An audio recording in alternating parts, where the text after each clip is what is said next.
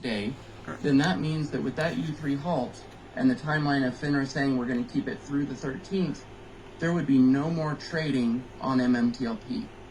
And that's really important because a lot of shareholders were looking at those 2 days as an exit point. If you wanted next-rich hydrocarbons, great.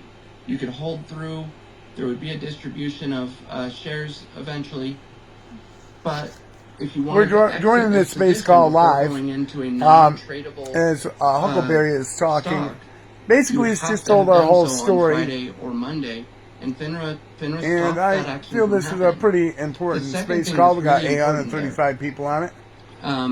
And the reason that a lot of shareholders I have not requested the mic, even though I have figured out how to do that now. But let's go ahead and listen to some more of this. We know that we're sitting on a land asset with 3.2 billion barrels of oil. So whatever valuation we're looking at, we probably have to compare to what we think the valuation of the potential mineral rights in that land is going to be worth. The second thing is, as we were approaching this spin-out deadline, the stock price of MMTLP had risen from roughly around $2 or $3 a share all the way up to like $12.90 a share. Well, on December 7th, so you remember I said there was about a day between the two corporate actions? So on December 7th, the vice president of the OTC markets went on national television. He went on to Trader TV, and he was quoted saying that the stock was going to be deleted.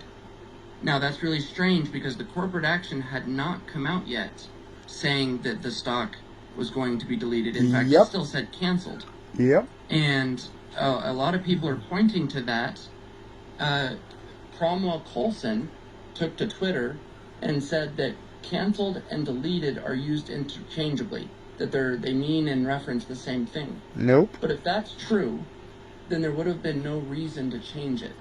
What we can point to, however, is when Jeff Mendel, the vice president of OTC Markets, went on that television station and started using the word deleted, short action on the ticker went through the roof.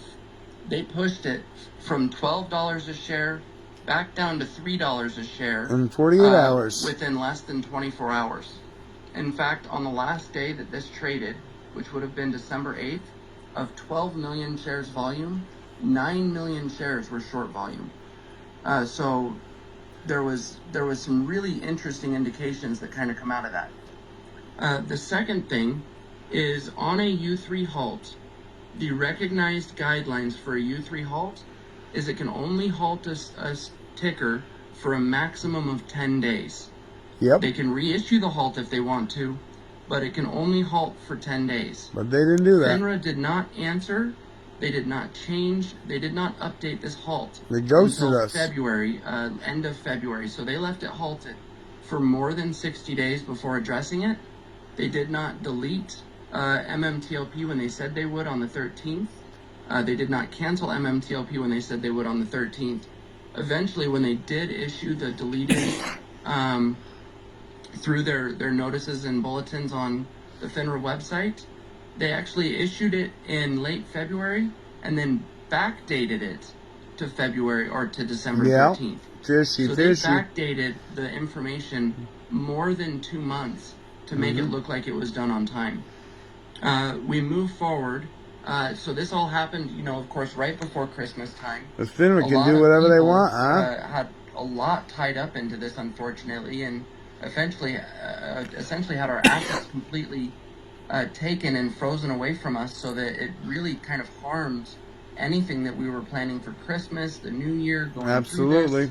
I know it had a significant impact in my household and changed our plans completely. We bought no presents. Disney cruise planned, and we actually had to cancel the cruise. So we formed this community on Twitter, and it's all of these scared, confused, angry, frustrated shareholders that are trying to just get some answers. Luckily, Marduk up here in this space with us saw that there was a need to help bring people together and started hosting these spaces, and man, we flocked to it. We wanted these answers, we needed this information, and Marduk gave us a place to go. While we were going through all of this over the couple of months after the halt, Oh, can you hear me, guys? Sorry. Okay, thanks, Mardu. So while we were going through all of this for the first few months that this had all been halted, one of our shareholders, Howard, had been working on a FOIA request. It's a Freedom of Information Act request.